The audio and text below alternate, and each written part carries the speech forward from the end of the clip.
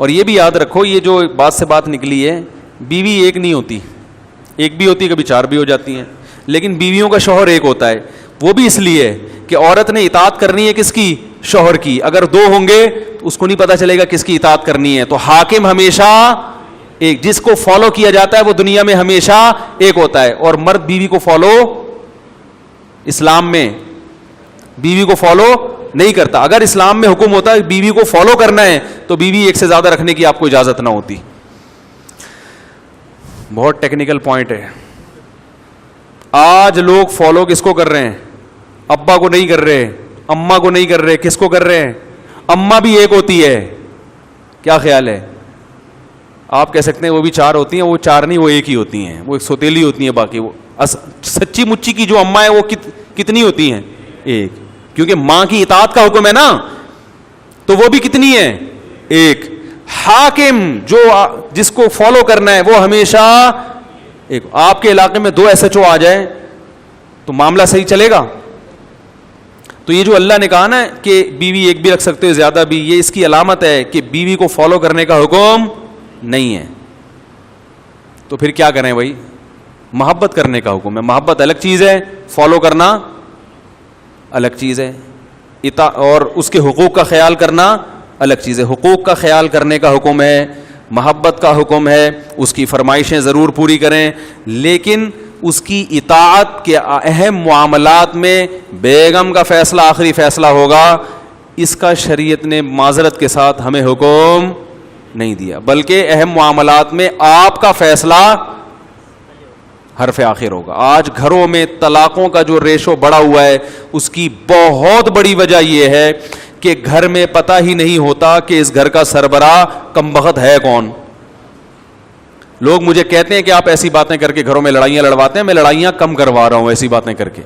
جس گھر میں سربراہ کا تعین نہ ہو سکے کہ یہ ہے کون اس گھر کا چلانے والا, کس کی سنی جائے گی, تو وہ گھر کبھی چل سکتا ہے؟ بھائی ایک کمپنی میں آپ کو یہ نہیں پتا کہ اس میں مینیجر ہے کون, باس ہے کون آپ کا, یہ والا باس ہے, یہ وہ باس, تو آفس چل سکتا ہے؟ تو گھر بھی نہیں چل سکتا. تو طلاقوں کا جو ریشو ہے نا, یہ صرف محبت کے بیانات سے ختم نہیں ہوگا. لوگ کیا کرتے ہیں جب گھروں میں جھگڑے ہو رہے ہیں تو میاں بیوی کو محبت کا حکم دیتے ہیں, محبت سے رہو, محبت سے رہو, محبت سے رہو. یہ حل نہیں ہے. یہ ایسے ہی ہے جیسے آپ پولیس اور عوام کو محبت سے رہنے کا حکم دے دو, تو اس سے مسائل حل ہو جائیں گے. پبلک کو یہ بتایا جائے گا بھائی پولیس والے سے محبت بھی کرنی ہے, لیکن جب آرڈر آئے گا تو آرڈر عوام کا نہیں چلے گا, کس کا چلے گا؟ تھانے دار کا چلے گا. اس کے سامنے پھر آپ کو چونو چرا کی اجازت بولو نا نہیں ہے. محبت سے آفس میں بھی رہنا چاہیے ہمیں. کیا خیال ہے؟ تمام امپلائز کو چاہیے آپس میں محبت کریں, باس کو بھی چاہیے امپلائز کے ساتھ محبت, اور امپلائز کو بھی چاہیے باس کے ساتھ محبت, لیکن پھر بھی جھگڑے ہو رہے ہیں. تو آپ وہاں جا کے محبت پہ بیان کرو گے, یہ کافی نہیں ہے. آپ بولو گے بھائی کہ یہ باس ہے, جب اس نے آرڈر دیا ہے تو آپ کو اس آرڈر پہ اعتراض کیوں ہے؟ تو یہاں جھگڑا ایسے ختم ہوگا.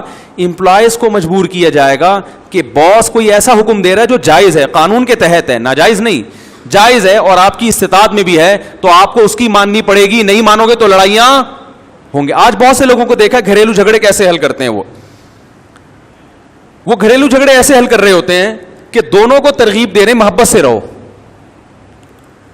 بہت اچھی بات ہے, لیکن یہ نہیں دیکھ رہے ہوتے کہ بھائی اگر شوہر ایک بات کا آرڈر گھر میں دے رہا ہے اور وہ جائز بھی ہے اور عورت کی طاقت میں بھی ہے, تو عورت کیوں نہیں مان رہی اس کی بات؟ نہیں مانے گی تو پھر لڑائیاں, بولو بھائی, پھر جو ایک نہیں مانتی وہ اور باقی چیزوں میں بھی نہیں فالو کرتی. تو بس ایک چیز اپنے سروں پہ سوار کر لیے کہ دونوں کو برابر ہیں, دونوں کے رائٹ برابر ہیں, دونوں کے ایک جیسے ہیں, تو بھائی پھر یہ یورپ والا سسٹم ہوگا. تو ان کی طرح پھر آزاد رہنا چاہتے ہو کہ پتہ ہی نہیں کہ بیگم کب پرس لٹکا کے جا رہی ہیں گھر سے باہر اور میاں صاحب کہاں جا رہے ہیں, تو یہ تو پورا نظام ہمارا تباہ و برباد ہو جائے گا میرے بھائی. اس نظام کو جبھی بچانا ممکن ہے جو اللہ اس کے رسول نے قانون بتا دیا کہ آخری فیصلہ کس کا ہوگا؟ مرد کا ہوگا. تو وہ جو آرڈر کرے گا وہ ماننا پڑے گا عورت کو. ہاں, وہ آرڈر عورت کی دسترس میں داخل ہو, اور اس آرڈر میں لب و لہجہ حاکمانہ نہ ہو, کیونکہ وہ غلام نہیں ہے, حاکمانہ نہ ہو. جیسے آپ نے دیکھا ہوگا کہ جب عزت دار لوگ کسی سے بات کرتے ہیں تو پلیز کا لفظ شروع میں لگا دیتے ہیں, ایسا ہی ہے نا.